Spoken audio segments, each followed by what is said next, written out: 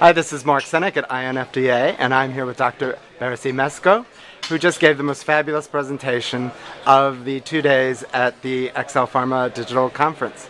And so my question to you, Berci, is why there were waves of love for you in there? Why do you think that was?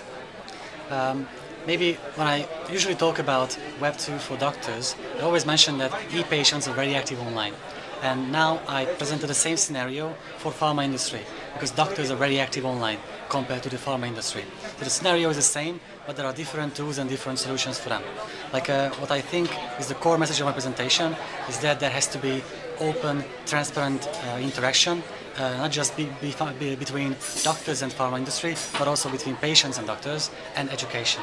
Offline education about how to use social media, how to defend yourself against possible potential dangers. And that's why I launched my university course at University of Debrecen 2 years ago. Now I have more than 400 students, and they hear presentations about, through 10 weeks, in 20 presentations, from medical blogs to using Twitter in medicine to diagnosing patients through social media, which is not a good solution, but we have to talk about this issue. Also medical slideshows and search engines, many other examples. And students fill a survey before and after the course, and it seems like they get the global picture, and they now know how to use social media after these 10 weeks and 20 presentations, and they are more open to this whole world. And whenever they will have a patient, a real e-patient, who comes to the doctor with lists of questions and Google websites and other websites, then they will be able to meet their specific expectations and answer their specific clinical questions regarding online sites and how to engage more with these patients through social media. You talked about a case study of diagnosis on Twitter, which was fascinating. 16-year-old with acute pancreatitis, 6th time in his life. Tell me what happened. So that's exactly what happened, and I thought, as there wasn't a real diagnosis from clinicians, I thought I should ask my community, because I've been building a medical community in Twitter for years. I have thousands of followers, mainly clinicians, medical students and e-patients, and I asked them, what do you think about that? And I received more than 50 results. And one of these messages included a potential diagnosis, microlipiasis.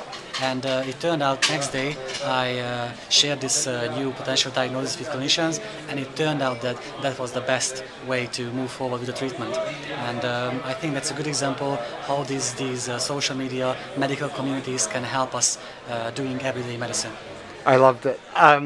And the other thing I loved was in your closing, first of all, you referred to how the fact that people shouldn't be so concentrated on return on investment. What should they be concentrated on? It's quite strange. I think that the future of medicine, just to get to this approach, the future of medicine should be about personalized medicine or personalized genomics and social media, because these things are absolutely interrelated.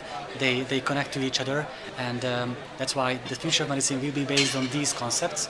But in order to use this concept and to build a better healthcare, I think we have to use personalized medicine in the best scientific way, not in DTC companies, and also social media in an evidence-based way, because there is now evidence-based social media. We have more and more papers focusing on how to use these Web 2 tools in everyday practices. That should be the future of medicine, I think. Berci, you were an inspiration. Thank you very much. Thanks.